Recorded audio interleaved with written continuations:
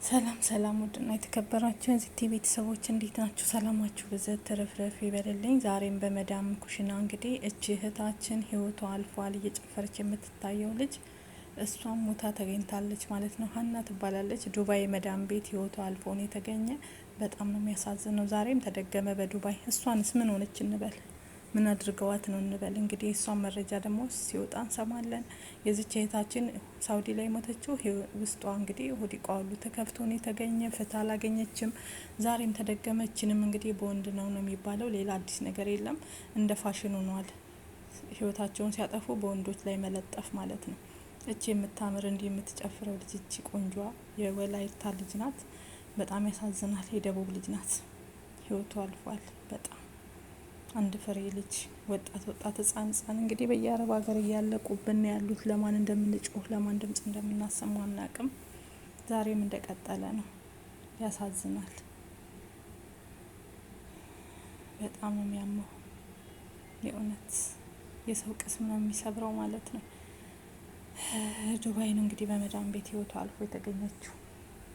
እንዲሁም የነጻነት ወርቅነህ ሚስት መልስ ሰጥታለች። እንግዲህ እስካሁን ድረስ ስትተች ነበር። አላለቀሰችም እንዲህ አላለችም ስትባል መልስ ሰጥታለች። እሱንም እስኪ ተከታተሉት። ለቤቴ ነፂ እንደዚህ ነበር እንደዚህ ነው ብሎ ማውራት በጣም ይከብዳል። ተናግሮታል እንዴት እንደምንተዋወቅ እንዴት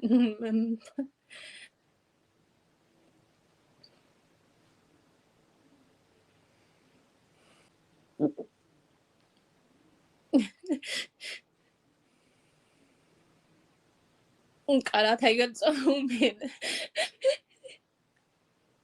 ቃላት የለኝም እሱን የምገልጽበት። ይቅርታ። አይዞን ምስጋና ብቻ ነው ያለኝ። ሀዘናችሁ ሆኖ እንደኔ ላዘናችሁ ከጎኔ ለቆማችሁ ለሁላችሁም ክብር ምስጋና አቀርባለሁ።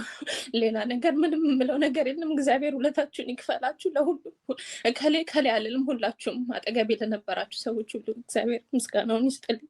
አመሰግናለሁ። አሜን አሜን።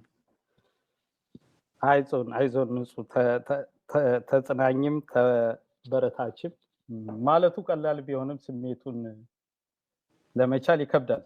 እውነት ነው፣ ልክ ነሽ። ግን በወቅቱ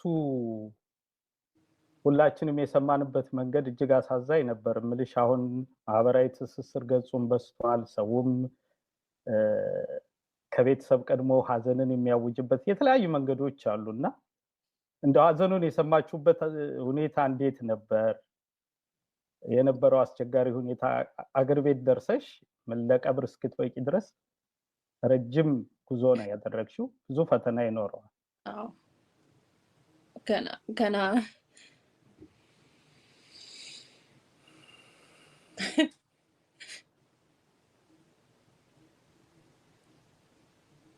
ገና አልተቀበልኩትም። ይመጣል አገኘዋለሁ እያልኩ ነው የምጠብቀው።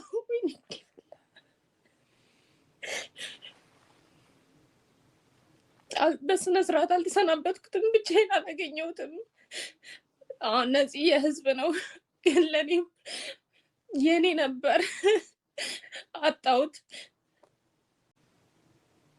ብቻዬን አላለቀስኩም። ሁሉም ከጎኔ ነበር።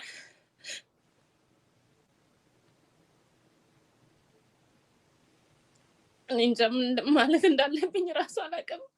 ይቅርታ፣ ንግግሬ ላስቀይማችሁ ይችላል። ይቅርታ። አይ ብዙ ሰው ይረዳል ብዬ አስባለሁ። በዚህ አይነት ትኩስ ሀዘን ውስጥ ሆነሽ ነው እንዲያው ስሜትሽንም እንድታጋሪ የተለያዩ ጥያቄዎች የሚነሱ ስለነበር እንደ ቤተሰብም እንደ ወዳጅም በሚል ነው ቆይታ እንዲኖረን እንጂ ከዚህ ስሜት መውጣት እንደማይቻል በዚህ አጭር ጊዜ ውስጥ እረዳለሁ። ሰዎችም ይረዳሉ ብዬ ተስፋ አደርጋለሁ። ከዛ ጋር ተያይዞ የሚነሱ ጥያቄዎችም ስለነበሩ አንዳንድ ጥያቄዎችም የእሷ ስሜት ምንድን ነው በዋነኛነት ያለችበት ሁኔታ በሚል ተነጋግረን ነው እንጂ ያለሽበትን እኔም ሁሉም ሰው ይረዳል ብዬ ተስፋ አደርጋለሁ። አመሰግናለሁ። እንዲያው ፈተናውስ ምን ያህል ነበር? ምክንያቱም ነፂ በተደጋጋሚ ተናግሮታል። እሱ ሙያውንም ስራውንም ቤተሰቡንም እኩል ይወዳል። ነገር ግን ደግሞ ሙያውን በዚህ ሙያ ላይ ሆኖ ነው መኖር የሚፈልገው እና ወደ ኢትዮጵያ የገባበትን አጋጣሚ እናውቃለን።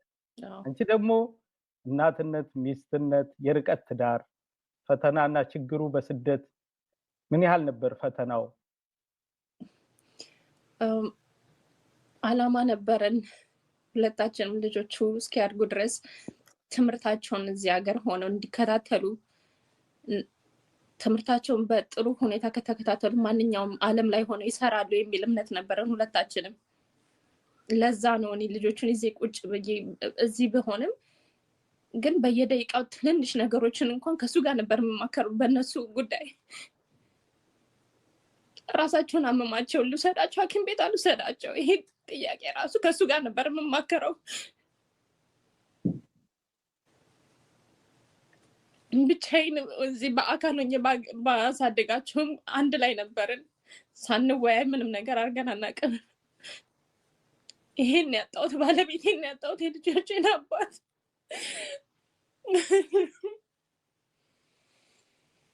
ተፋተዋል እንደዚህ ነው እያሉ ሌላ አግብታለች እያሉ ሲቀባጥሩ መልስ ሰጥታለች። በሰው ላይ መፍረድ በጣም ቀላል ነው፣ በዛ ሰው ላይ ካልቆምን በስተቀር ማለት ነው።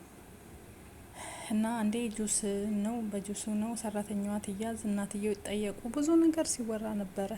በነጻነት ሞትም ጁሱ የተመረዘ ነው፣ መርዝ አለው፣ ለዛ ነው ብዙ በቃ የቆሻሻ ስም። እሷም አግብታለች፣ ተፋተዋል የተባለው ይሄ ሁሉ ነገር ውሸት።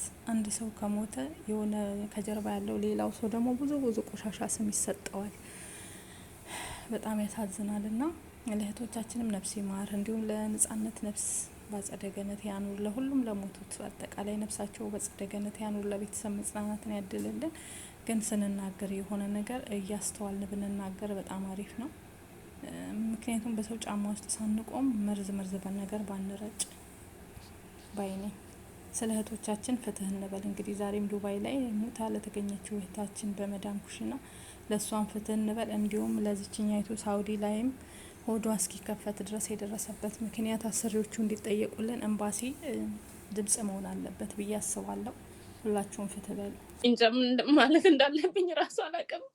ይቅርታ ንግግሬ ላስቀይማችሁ ይችላል። ይቅርታ። አይ ብዙ ሰው ይረዳል ብዬ አስባለሁ። በዚህ አይነት ትኩስ ሀዘን ውስጥ ሆነሽ ነው እንዲያው ስሜትሽንም እንድታጋሪ የተለያዩ ጥያቄዎች የሚነሱ ስለነበር እንደ ቤተሰብም እንደ ወዳጅም በሚል ነው ቆይታ እንዲኖረን እንጂ ከዚህ ስሜት መውጣት እንደማይቻል በዚህ አጭር ጊዜ ውስጥ እረዳለሁ። ሰዎችም ይረዳሉ ብዬ ተስፋ አደርጋለሁ። ከዛ ጋር ተያይዞ የሚነሱ ጥያቄዎችም ስለነበሩ አንዳንድ ጥያቄዎችም የእሷ ስሜት ምንድን ነው በዋነኛነት ያለችበት ሁኔታ በሚል ተነጋግረን ነው እንጂ ያለሽበትን እኔም ሁሉም ሰው ይረዳል ብዬ ተስፋ አደርጋለሁ። አመሰግናለሁ። እንዲያው ፈተናውስ ምን ያህል ነበር? ምክንያቱም ነፂ በተደጋጋሚ ተናግሮታል። እሱ ሙያውንም ስራውንም ቤተሰቡንም እኩል ይወዳል። ነገር ግን ደግሞ ሙያውን በዚህ ሙያ ላይ ሆኖ ነው መኖር የሚፈልገው እና ወደ ኢትዮጵያ የገባበትን አጋጣሚ እናውቃለን። አንቺ ደግሞ እናትነት፣ ሚስትነት፣ የርቀት ትዳር ፈተናና ችግሩ በስደት ምን ያህል ነበር ፈተናው? አላማ ነበረን ሁለታችንም ልጆቹ እስኪያድጉ ድረስ ትምህርታቸውን እዚህ ሀገር ሆነው እንዲከታተሉ፣ ትምህርታቸውን በጥሩ ሁኔታ ከተከታተሉ ማንኛውም ዓለም ላይ ሆነው ይሰራሉ የሚል እምነት ነበረን ሁለታችንም። ለዛ ነው እኔ ልጆቹን ይዤ ቁጭ ብዬ እዚህ ብሆንም ግን በየደቂቃው ትንንሽ ነገሮችን እንኳን ከሱ ጋር ነበር የምማከሩ በእነሱ ጉዳይ። ራሳቸውን አመማቸው፣ ልውሰዳቸው ሐኪም ቤት አልውሰዳቸው፣ ይሄ ጥያቄ ራሱ ከሱ ጋር ነበር የምማከረው። ብቻዬን እዚህ በአካል ሆኜ ባሳደጋቸውም አንድ ላይ ነበርን። ሳንወያይ ምንም ነገር አድርገን አናውቅም። ይሄን ያጣሁት ባለቤቴን ያጣሁት የልጆቼን አባት ነገር እስኪያቀታት ድረስ ነው የተናገረችው። ያው ያሳዝናል። ብቻ ነፍስ ይማር፣ ቤተሰብ መጽናናትን ያድልልን እግዚአብሔር አምላክ። ነፍሳቸው በአጸደ ገነት ይረፍ። ለእነዚህ እህቶቻችን ግን ፍትህ ማለት አለብን፣ ድምጽ መሆን አለብን። ዝም ማለት የለብንም። እባካችሁ ድምጽ ሆኑ፣ ሁላችሁም ፍትህ በሉ። በስደት ላይ ለሚያልቁት እህት ወንድሞቻችን ድምጽ ሆኑ።